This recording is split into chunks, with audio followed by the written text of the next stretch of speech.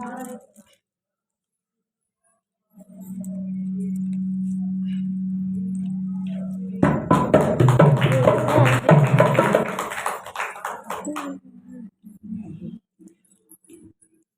नहीं कैसे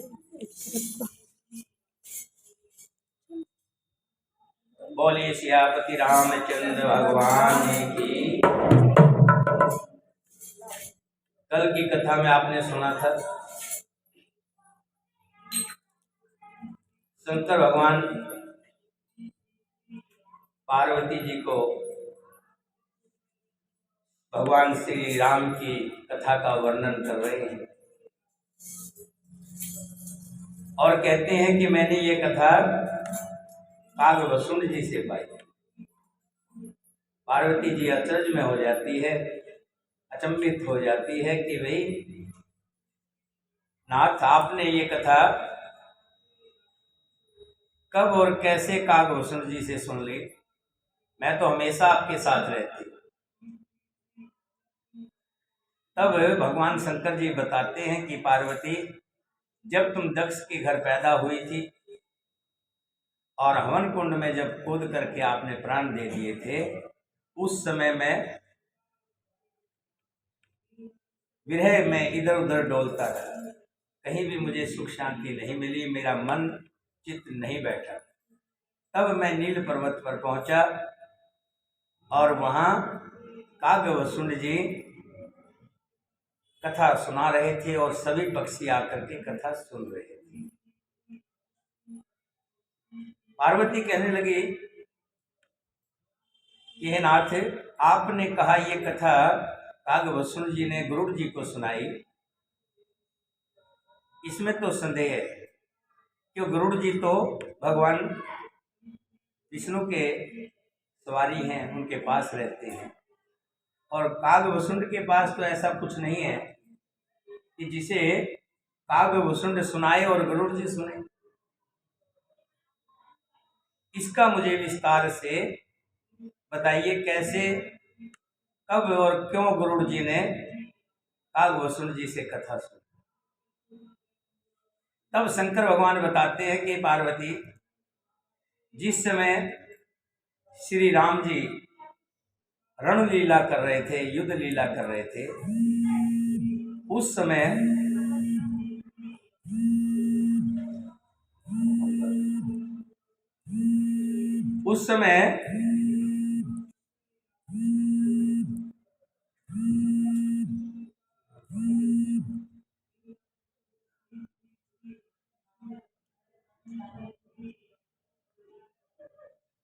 जब लीला कर रहे थे रणभूमि में, रावण के पुत्र मेघनाथ ने नागपास में राम और लक्ष्मण को बांध लिया। तब नारद जी ने कहा था कि गरुड़ जी जाओ और श्री राम जी को, जो सच्चिदानंद है और पृथ्वी का भार उतारने के लिए आए हैं, उनको नागपास से मुक्त करो। तो गरुड़ जी आए और उन्होंने राम जी को बंधन मुक्त किया। कुछ दिनों बाद गरुड़ जी के मन में विचार आया कि नारद जी कह रहे थे ये तो सच्चिदानंद है, श्री हरि है, फिर साधारण राक्षस के हाथों से नागपास में कैसे बंध रहे? ये तो सब संसार के मालिक हैं, जानी जात हैं, सब सर्वा हैं, सब कुछ कर सकते हैं। तो ये संदेह उनके मन में पैदा हो गया। जब संदेह उत्पन्न हुआ तो वापस नारद जी के पास गए और नारद जी से कहा। नारद जी कहने लगे, देखो तुम्हारी शंका का निवारण मैं नहीं कर सकता, मैं कहूंगा तो तुम्हें विश्वास भी नहीं होगा। हाँ, ब्रह्मा जी के पास चले जाओ, ब्रह्मा जी आपकी शंका का निवारण कर देंगे। ब्रह्मा जी के पास गए। ब्रह्मा जी ने कहा कि भगवान की लीला बड़ी अपरंपार है, मैंने पूरे संसार को उत्पत्ति की है, फिर भी मैं भी कई बार चकरा जाता हूं उन प्रभु की लीला से। तो आप शंकर जी के पास जाइए, शंकर जी ही आपका समाधान कर सकते हैं। क्योंकि शंकर भगवान हमेशा श्री राम के नाम की जाप करते हैं, वही आपको इसका समाधान करेंगे। तब गरुड़ जी शंकर जी के पास गए। शंकर भगवान कह रहे हैं कि पार्वती, तुम कैलाश पर्वत पर थी और मैं कुबेर जी के पास जा रहा था, तो रास्ते में ही मुझे गरुड़ जी मिल गए। चरणों में प्रणाम करके कहने लगे, अपनी सारी बातें बताई, अपने मन का संशय सामने रखा।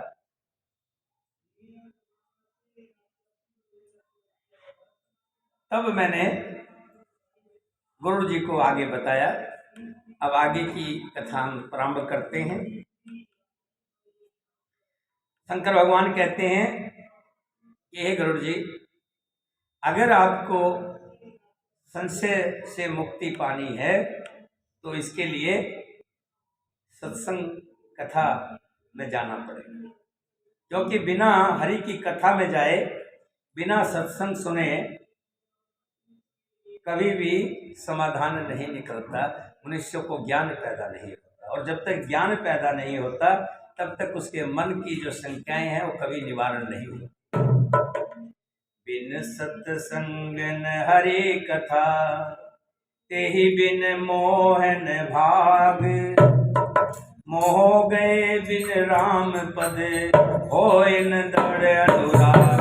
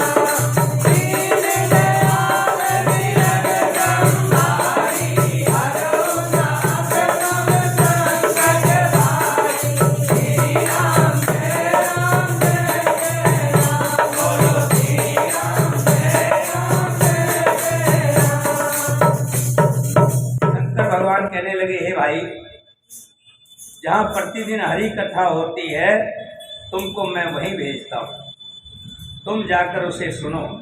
उसे सुनते ही तुम्हारा सब संदेह दूर हो जाएगा और तुम्हें श्री राम जी के चरणों में अत्यंत प्रेम हो जाएगा। यहाँ कहा बिन सत्संग न हरि कथा, तेहि बिन मोह न भाग।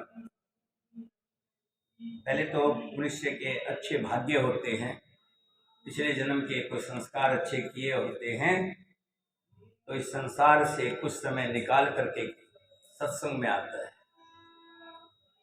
सत्संग सच्चाई का साथ, सत्य का साथ, अच्छे लोगों का साथ। संसार में बुराई बहुत है, अच्छाई बहुत कम है, अच्छे लोग बहुत कम है, और अच्छे लोगों का साथ मिल जाना बहुत बड़ी बात है। जो पिछले जन्म के कोई अच्छे कारण होते हैं, हमारे कर्म होते हैं, उनकी वजह से हमें सत्संग मिलता है, अच्छा साथ मिलता है। बिन सत्संग न हरि कथा, और सत्संग के बिना कभी भी हरि कथा नहीं मिलती। तेहि बिन मोह न भाग, और बिना हरि कथा के ये जो मन में मोह, काम, क्रोध, लोभ, अहंकार जो व्यक्ति को नीचे ले जाते हैं, इनसे मुक्ति नहीं मिल सकती। और मोह गए बिन राम पद, होय न दृढ़ अनुराग। सत्संग के बिना हरि की कथा सुनने को नहीं मिलती, उसके बिना मोह नहीं भागता, और मोह के गए बिना श्री रामचंद्र जी के चरणों में अचल प्रेम नहीं हो सकता। मिलन रघुपति बिन अनुरागा, किए जोग तप ज्ञान विराग। उत्तर दिशा सुंदर गिरि नीला, तह रह काक भुसुंड सुशीला। बिना प्रेम के केवल योग तप ज्ञान और विराग्य आदि के करने से श्री रघुनाथ जी नहीं मिलते। ये तो अंदर से प्रेम उत्पन्न होता है, तभी श्री राम जी की भक्ति में मन लगता है। नहीं तो क्या है, मानो तो मैं गंगा हूं ना मानो बहता पानी। जो नहीं मानने वाले तो क्या कहते हैं, तो पत्थर की मूर्ति है। और मानने वाले पत्थर को भी पूजते हैं, पत्थर को भी सिर से लगाते हैं, माथा टेक। जाकी रही भावना जैसी प्रभु तिन मूर्त देखें कैसे। बिना प्रेम के केवल योग तप ज्ञान और विराग्य आदि के करने से रघुनाथ जी नहीं मिलते। एवं तुम सत्संग के लिए वहां जाओ जहां उत्तर दिशा में एक सुंदर नील पर्वत है, वहां परम सुशील कागभूषण जी रहते। राम भक्ति पथ परम प्रवीणा, ज्ञानी गुण ग्रह बहु कालीना। राम कथा सो कह निरंतर, सादर सुनह विविध विहंकर। वे राम भक्ति के मार्ग में परम प्रवीण हैं, ज्ञानी हैं, गुणों के धाम हैं और बहुत काल के हैं। वे निरंतर श्री राम जी की कथा करते रहते हैं, जिसे भांति भांति के श्रेष्ठ पक्षी इधर उधर से आकर के आदर के साथ सुनते। जाय सुनते हरि गुण भूरी, होए मोह जनत दुख दूरी। मैं जब ते सब कहा बुझाई, चलो हरस मम पद सिर नाई। वहां जाकर श्री हरि के गुण समूह को सुनो, उनके सुनने से मोह से उत्पन्न हुआ तुम्हारा दुख दूर हो जाएगा। मैंने उसे जब सब समझाकर कहा, तब वो मेरे चरणों में सिर नवाकर नील पर्वत की तरफ चल पड़ा, जहाँ कागभूषण जी कथा सुनाते। ताते उमान मैं समझावा, रघुपति कृपा मर्म में पावा। हो यकीन कभो अभिमाना, सो को बेचे कृपा निधाना। हे उमा, मैंने उसको इसलिए नहीं समझाया, कथा तो मैं भी सुना सकता था। मैं श्री रघुनाथ जी की कृपा से उसका मर्म भेद पा गया था। उसने कभी अभिमान किया होगा, जिसकी कृपा निधान श्री राम जी नष्ट करना चाहते हैं। कुछ ते ही ते पुण्य में नहीं राखा, समझे खग खग की भाषा। प्रभु माया बलवंत भवानी, जायन मोह कवन अस ज्ञानी। फिर कुछ इस कारण भी मैंने उसको अपने पास नहीं रखा कि पक्षी पक्षी की ही बोली समझती। हे भवानी, प्रभु की माया बड़ी ही बलवती है, ऐसा कौन सा ज्ञानी है जिसे वो मोह ना ले। ये संसार की जो माया है, इस माया में प्रभु की जो माया है, ये सब जो हम देख रहे हैं, ये कोई स्थायी नहीं है। बड़े बड़े किले हमने देखे हैं, जोधपुर का किला, जयपुर का किला और भी बहुत बड़े बड़े किले, जिनमें किसी समय सल्तनत होती थी, राजा लोग रहते थे। और उन किलों में प्रवेश करना बड़ा असंभव था, चारों तरफ फौज तनी रहती थी। किलों में तमाम सुख सुविधाएं होती थी। आज देखते हैं तो किले क्या है, खंडर हुए पड़े, उनमें भूतवावास है, कोई उसमें जाने के लिए तैयार नहीं है। जहां से हुक्म सुनाए जाते थे, खंडर हुए पड़े, खत्म हो गए। ऐसे ऐसे राजा जिनके नोट चलते थे, संसार में उनका नामो निशान खत्म हो गया, नहीं रहे, नश्वर संसार है। और ये हमें जब तक व्यापता है, जब तक हम प्रभु की शरण में नहीं जाते, तब तक हमें लगता है कि संसार मेरा है और मैं संसार का हूं। इसके विपरीत सच्चाई ये है, ना ये संसार मेरा है और ना ही मैं संसार का हूं। अपने सुख सुविधाओं के लिए संसार मुझे मानता है। जिस दिन इस संसार को मुझसे कोई लाभ नहीं होगा, ये संसार मुझे जानेगा नहीं, चाहे कितना ही प्यारा होगा, वो भी मेरे पास आने से घबराएगा। तो ये संसार स्वार्थ के प्रीत है, लेकिन प्रभु की माया ऐसी है कि व्यक्ति संसार को अपना मान रहा है, और यही प्रभु की माया है। और प्रभु की माया से छुटकारा कब मिल सकता है? जब हम भगवान श्री राम की कथा सुनते हैं, हरि की कथा सुनते हैं, सत्संग सुनते हैं, उसी से हमें पता लगता है संसार मिथ्या है। ज्ञानी भगत शिरोमणि त्रिभुवनपति कर जान, ताहि मोह माया नर पावर करे गुमान सियावर।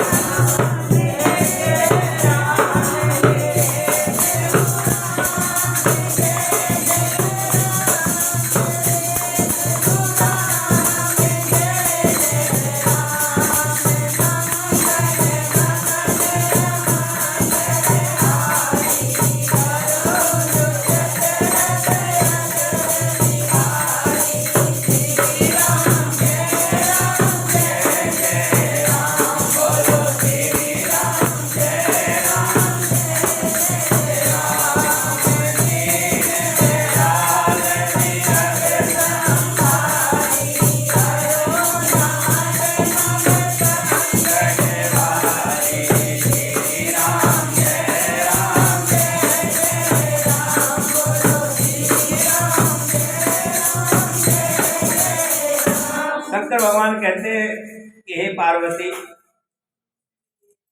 भगवान हरि के वाहन को ये नहीं पता लगा कि श्री हरि ही खुद अवतार में आए। यानी गुरुड़ को भी माया ने ठग लिया, माया ने उसकी बुद्धि हर ली। विवेक की तो बात है, बुद्धि की बात है। कथा सत्संग में ज्ञान मिलता है, ज्ञान मतलब विवेक, बुद्धि मिलती है। और संसार में रह करके माया में जब आदमी रहता है तो उसका विवेक खो जाता है। उसको पता है कि सभी सत्संग, सभी कथाएं, सभी मुनि, सभी ऋषि, तमाम धार्मिक ग्रंथ कहते हैं कि किसी की निंदा चुगली नहीं करनी, सबसे बड़ा पाप है। किसी का धन संपदा नहीं चुरानी चाहिए, बहुत बड़ा पाप है। किसी के साथ खैर और धोखा नहीं करना चाहिए, सबसे बड़ा पाप है। लेकिन इस संसार के अंदर आकर के मनुष्य माया में ऐसा खो जाता है, उसकी बुद्धि विवेक काम नहीं करता, और उसको ये होता है कि मैं ज्यादा से ज्यादा कमा लूं, धन इकट्ठा कर लो, चाहे किसी तरह से भी करो, क्योंकि उसकी बुद्धि माया ने हर ली है। और जब बुद्धि के कपाट कब खुलते हैं? जब श्री हरि की कथा में जाता है, सत्संग बैठ के सुनता है, तब उसको ज्ञान होता है, अरे तू क्या कर रहा है, ये नाश्वर है संसार जिसके तू बना रहा है, ये सब यहीं रह जाने, ये तेरे साथ नहीं जाना है। तेरे साथ जाएगा तो श्री हरि का नाम जाएगा, तेरे किए हुए अच्छे सत्य कर्म तेरे साथ जाएंगे।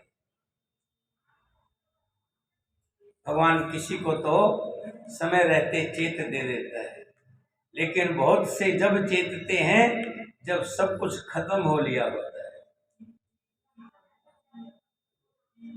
जब शरीर इस लायक नहीं रहता कि कहीं भगवान के कथा सत्संग में जा सके,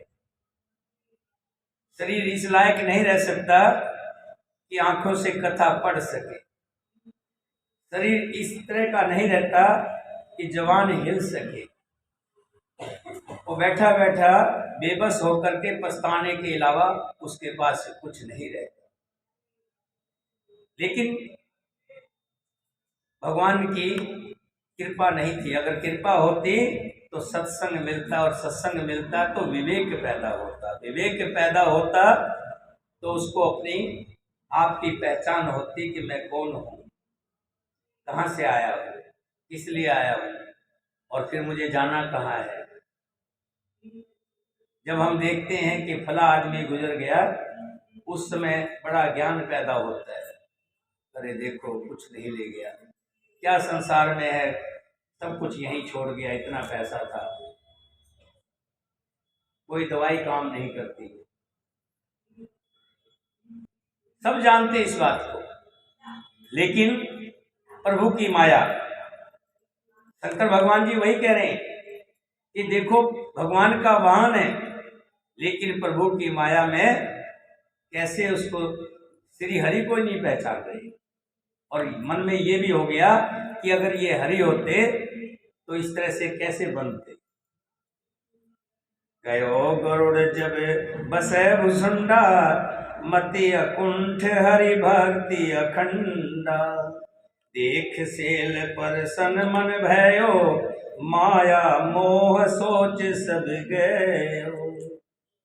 गरुड़ जी वहां गए जहां निर्बाध बुद्धि और पूर्ण भक्ति वाले कागभूषण जी बसते थे। उस पर्वत को देखकर उसका मन प्रसन्न हो गया, और उसके दर्शन से ही सब माया मोह तथा सोच जाती रही। देखिए ये दर्शनों का प्रभाव है, दर्शन का प्रभाव। जब हम किसी अच्छे क्षेत्र में जाते हैं जहाँ कोई धार्मिक प्रवृत्ति का व्यक्ति रहता है, उसके आसपास का वातावरण भी धार्मिक हो जाता है, और जहाँ चंडाल लोग रहते हैं उसके आसपास का वातावरण भी चंडाल हो जाता है। एक हमारे विक्रमाजीत राजा हुए, जिनके नाम से विक्रम संवत के नाम से जाना जाता है।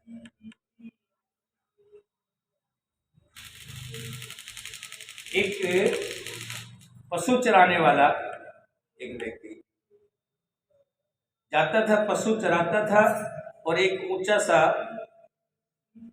खड़ा बना हुआ था, स्थान बना हुआ था, उस पर बैठ जाता था, और बैठता था तो सबको बुलाता था, इधर आओ तुम्हारा न्याय करूंगा, इधर आओ तुम्हारा न्याय करूंगा, इधर आओ तुम्हारा न्याय करूंगा, ऐसे।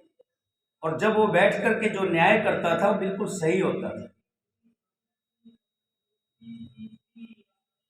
दूर दूर के लोग न्याय करवाने आने लग गए, मेला लगने लग गया कि वो व्यक्ति न्याय करता है। फिर ये खोज की गई कि इसके पास ऐसी क्या चीज है जो बड़ा न्याय प्रिय है। तो स्थान को खोजा गया, खोदा गया। खोदने के बाद पता लगा वहां पर विक्रमाजीत का सिंहासन दबा हुआ है। अच्छे व्यक्ति का साथ मिल जाता है, अच्छा स्थान मिल जाता है, तो व्यक्ति की बुद्धि खुल जाती है। वैष्णो देवी जाते हैं, क्यों जाते हैं? क्योंकि वहां सद्पुरुष जाते हैं। 90% लोग ऐसे जाते हैं जो भक्ति भाव से जाते हैं। 10% की मैं नहीं कहता, कुछ ऐसे होंगे, ये तो सब संसार में होते हैं। अच्छे लोग वहां जाते हैं तो वहां का एनवायरनमेंट भी जो है शुद्ध हो जाता है, और शुद्ध एनवायरनमेंट से हमारी आत्मा भी शुद्ध हो जाती है। जैसे ही कागभूषण जी वहां पहुंचे, कागभूषण जी जैसे वहां पहुंचे, गरुड़ जी जैसे ही कागभूषण जी के पास पहुंचे और उस पर्वत को देखते ही उनका हृदय भी कोमल हो गया, जो संख्या थी सब निवारण हो गई। तालाब में स्नान और जलपान करके वे प्रसन्न चित्त से वट वृक्ष के नीचे गए। वहां श्री राम जी के सुंदर चरित्र सुनने के लिए बूढ़े बूढ़े पक्षी आए हुए थे। कथा आरंभ करें सोई चाह, तेही समय गयो खगनाह। आवत देख सकल खग राजा, हर से वायस सहित समाज। कागभूषण जी कथा आरंभ करना ही चाहते थे कि उसी समय पक्षीराज गरुड़ जी वहां पहुंच गए। पक्षियों के राजा गरुड़ जी को आते देखकर कागभूषण जी सहित सारा पक्षी समाज बड़ा खुश हुआ। अति आदर खगपति कर कीना, स्वागत पूछ सुआसन दीना। कर पूजा समेत अनुरागा, मधुर वचन तब बोलहि कागा। उन्होंने पक्षीराज गरुड़ जी का बड़ा सादर सत्कार किया, जो कि पक्षियों के राजा है। देखो, अपने राजा का सभी सादर सत्कार कर। घर का राजा घर का मुखिया होता है, नगर का राजा नगर मुखिया होता है, देश का राजा जो प्रधानमंत्री होता है।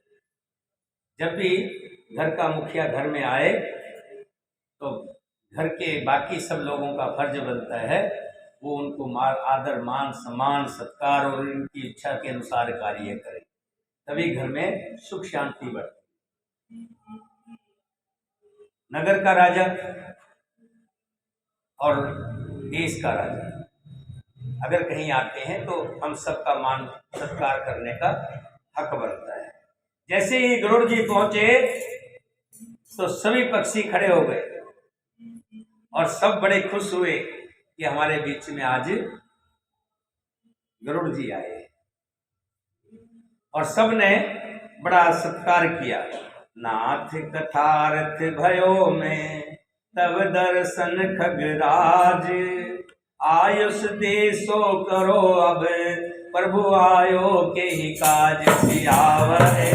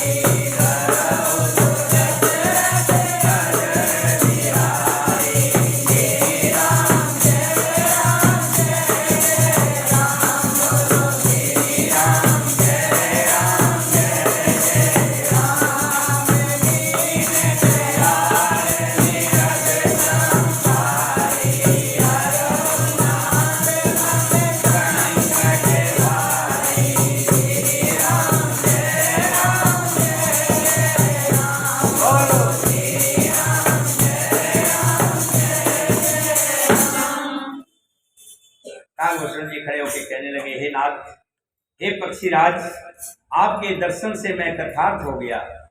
आप जो आज्ञा दे मैं अब वही करूंगा। हे प्रभु, आप किस कार्य के लिए आए हैं ये बताएं। पक्षीराज गरुड़ जी ने कोमल वचन कहे। गरुड़ जी कहने लगे, आप तो कृतार्थ हैं, आपको मैं कृतार्थ क्या करूंगा। जिसे शिव जी भगवान खुद मानते हो, शिव जी भगवान जिसका नाम गाते हो बताते हो, बताओ उसको और क्या चाहिए। जिनकी बढ़ाई इस समय महादेव जी ने आदरपूर्वक अपने श्री मुख से की है, इससे बड़े कृतार्थ आप क्या होंगे।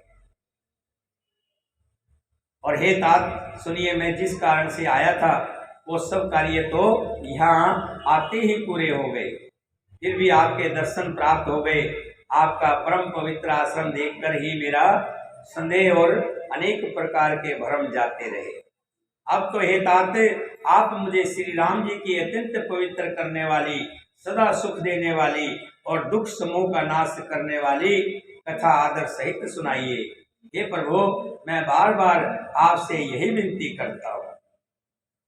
अब श्री राम कथा अति पावनी, सदा सुखद दुख पुंज न सावनी। सादर तात सुनाओ मोही, बार बार बिन हो प्रभु तो ही।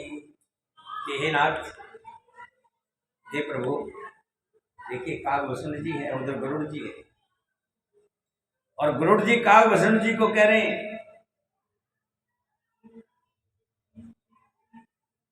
कि मुझे श्री राम जी के वो कथा सुनाइए जो पापों को हरने वाली है।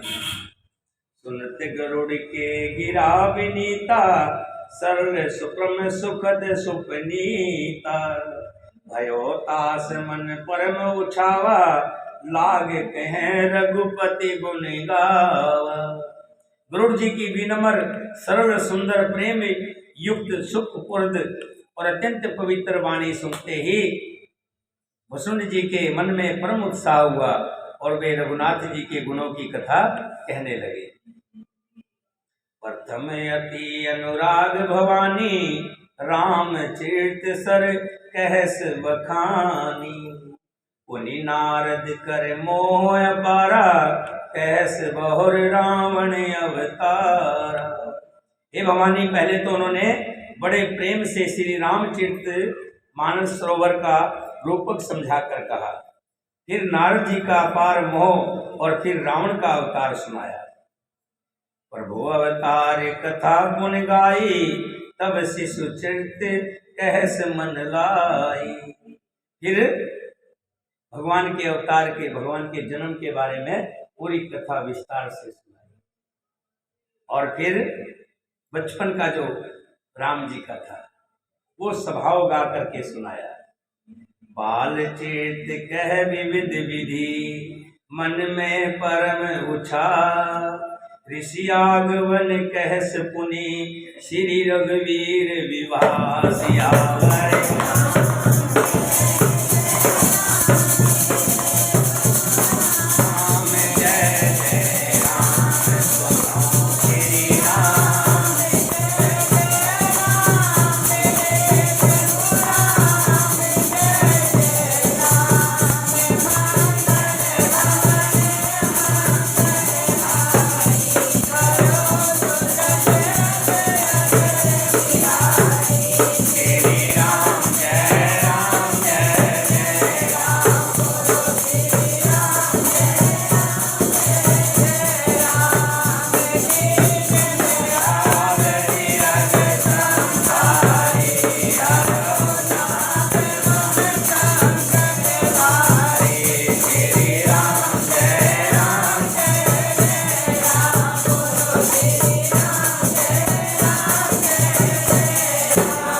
वसुंठ जी ने बड़े प्रेम के साथ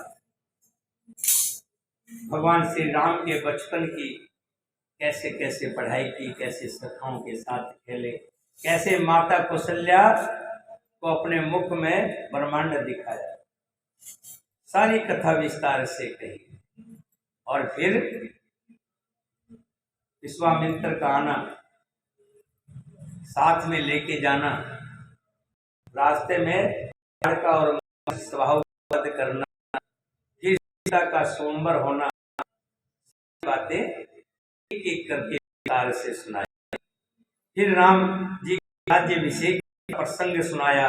फिर राजा दशरथ वचन से राज्याभिषेक आनंद में भंग पड़ना आया, कैसे मंथरा ने आकर रंग डाल दिया। नगर निवासियों को है कि कैसे नगर दुखी श्री राम हो गए। राम लक्ष्मण जी का बात कही, श्री राम जी का वनगमन सुनाया, केवट का सुनाया,